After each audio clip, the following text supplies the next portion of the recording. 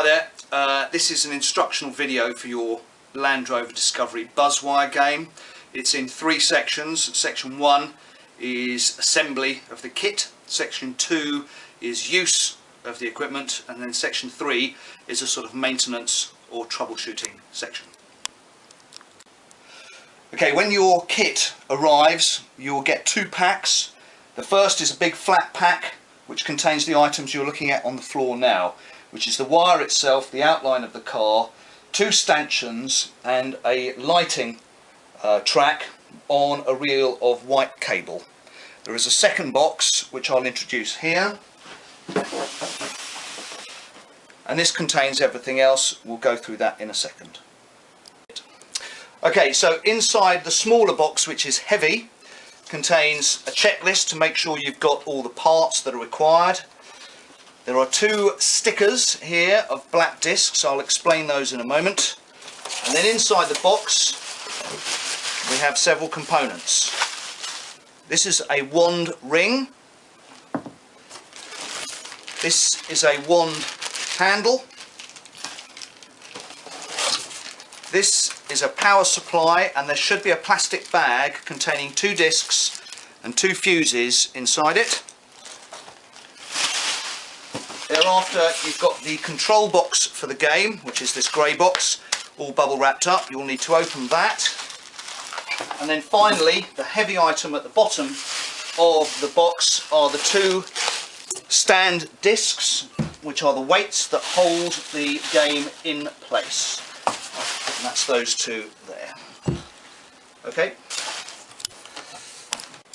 Okay, so what we're going to do first is build the stand. It doesn't really require any tools. It's very straightforward. 2 people doing it is better than 1, but 1 person can do it quite easily. So the first thing to do is to take the 2 discs and place them roughly about a metre apart from each other in front of your backdrop, which was being supplied separately, and the instructions for that have been supplied separately. So you will build the backdrop first and then assemble the Buzzwire game in front of it. So we've got our bases on the floor about a metre apart. The next option, if you choose to do it, is to apply the black vinyl stickers.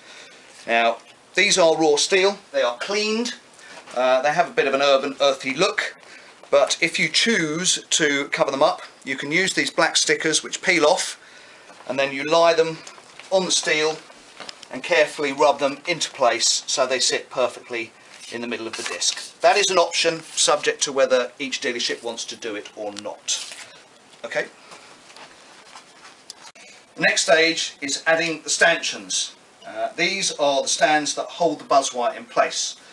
They are separate lengths. One is short and one is long, and they have threaded studs on the end of them, as you can see there.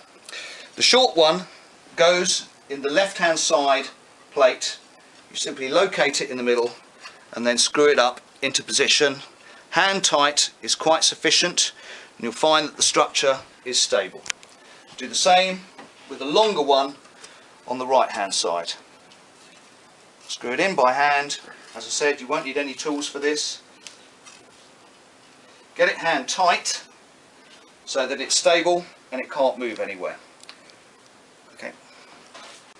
Okay, so the next part to assemble is the wand ring and the wand handle. Once again, very easy. The ring just screws into the handle. You tighten it up on the thread. Won't require any tools. Get it nice and tight, like so, and that system or that part of the game is then complete. Once you've done that, just lie it on the floor next to the left stanchion, and then we're going to locate the main Buzzwire frame. Okay, in the plastic bag we have 2 discs. These discs are the isolation discs to stop the wand from dropping all the way down the stands. They are clear acrylic and they are plastic coated to actually have a nice clean presentation. You can peel the plastic off them like so. One.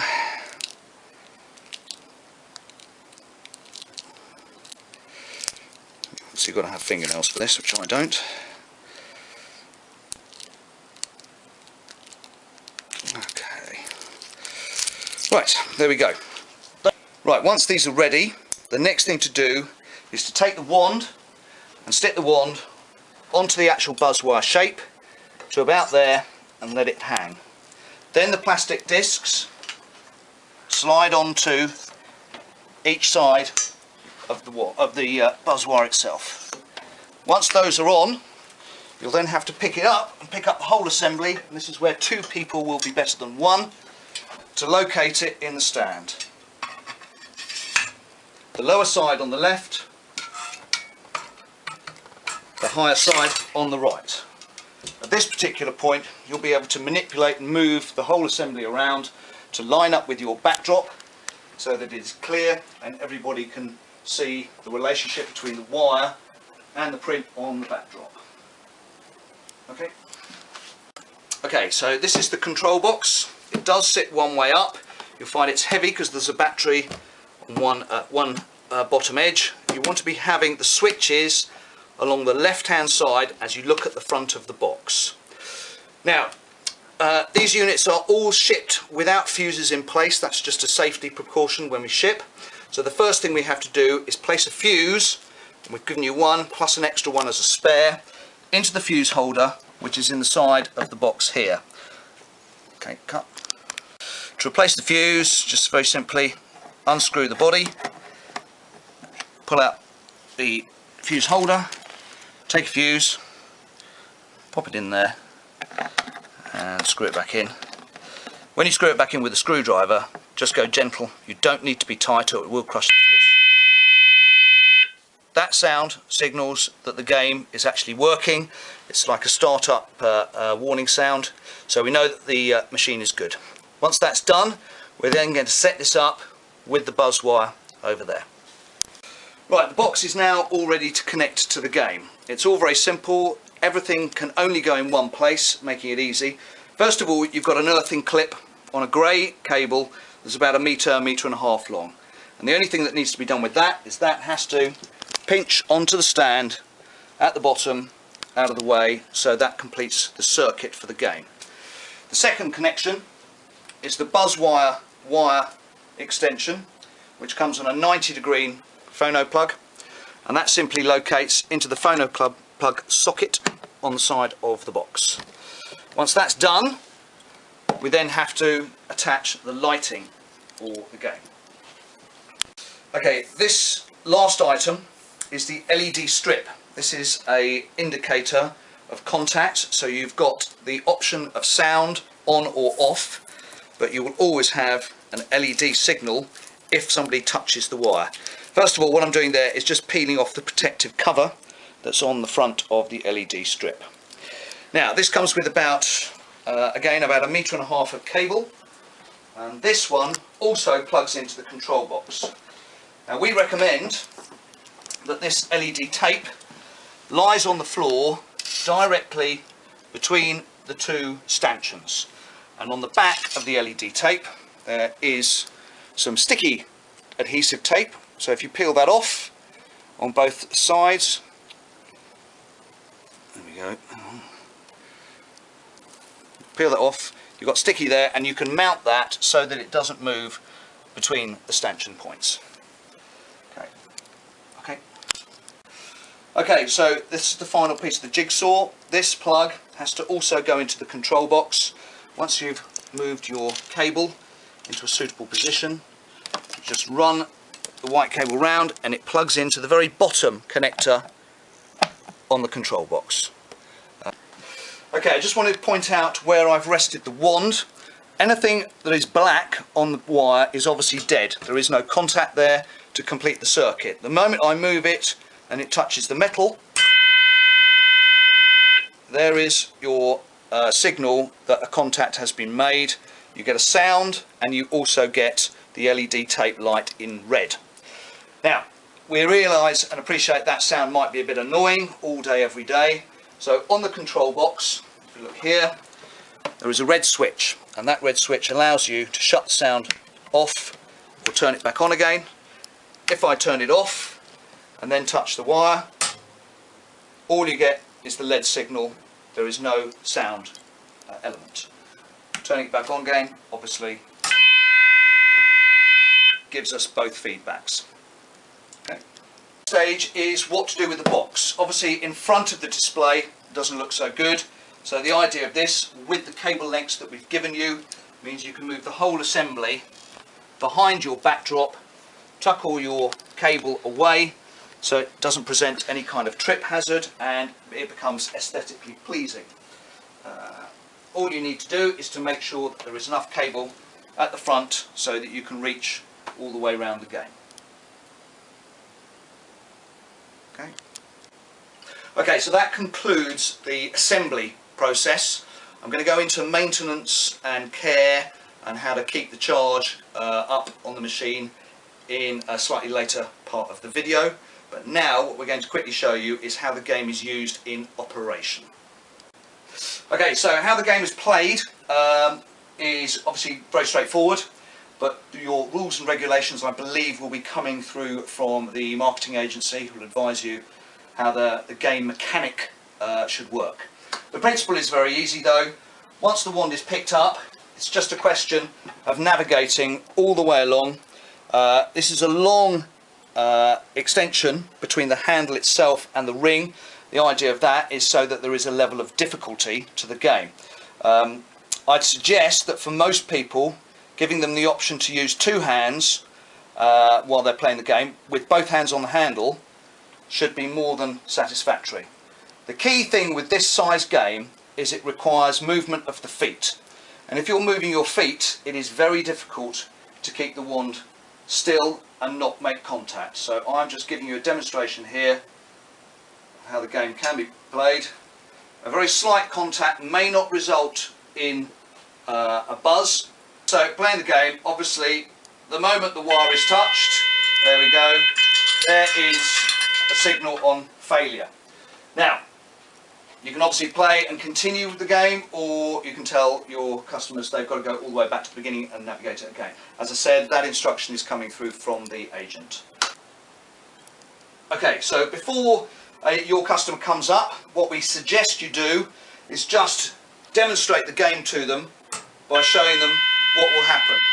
The reason for that is the system is designed to just sit in sleep mode when it's not being used. So to wake it up only requires one touch. Once it's touched, then the game is actually live and your customer is ready to play. So, yeah. Okay, so now we're just going to address maintenance and what needs to be done. Realistically, the game should run on its battery charge for a good 16 to 20 hours without needing any charging. Quite a good sized motorcycle battery is used in these games to give you that longevity. However, it's advisable during the promotional weekend that overnight, when it's not being used, the intelligent charger is just plugged in and that charges the battery back up to full power. Let me just quickly demonstrate that for you. In the box here is the charger. It's very simple, comes on about 1.5 meters of cable. With that, what you're going to do is just plug that into your power source and you'll get a green light. Okay. The red light will also come on at that stage. This is just a regular charger, there's nothing really very complex about it. Take your box and unplug 1, 2, and you can also, if you wish, remove the clip so the box becomes totally portable. What you can do is in fact take it home and charge it at home, or you can leave it in situ. On the back there's a connector, it's a one-way connector, and to put the connector in you just clip it like that. If you go back to the charger, it will now show a red light indicating that it is under charge. When it's fully charged, the green light will come on, so overnight you can leave it and then pick it up in the morning and it will all be ready to go with a full charge.